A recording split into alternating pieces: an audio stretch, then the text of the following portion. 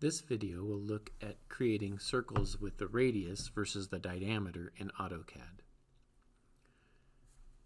The default way to create a circle in AutoCAD is by giving the circle center and the radius. So if I click here, notice on the command line that it asks me to choose the center point for my circle. I can pick this point here, and now it asks me to specify the radius of the circle. Notice that in this option here, I have a circle with a radius of 1.25, so I can type in 1.25, press enter, and I get the circle. However, it's not common to refer to the size of a circle with the radius. It's more common to refer to the size of a circle with the diameter. So in this case, I can come up here and change this from circle center radius to center diameter. It asks me again to specify the center point for the circle, of which I can again pick that point.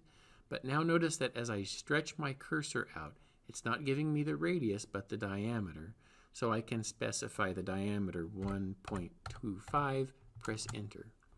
So this circle has a diameter of 1.25. This circle has a radius of 1.25.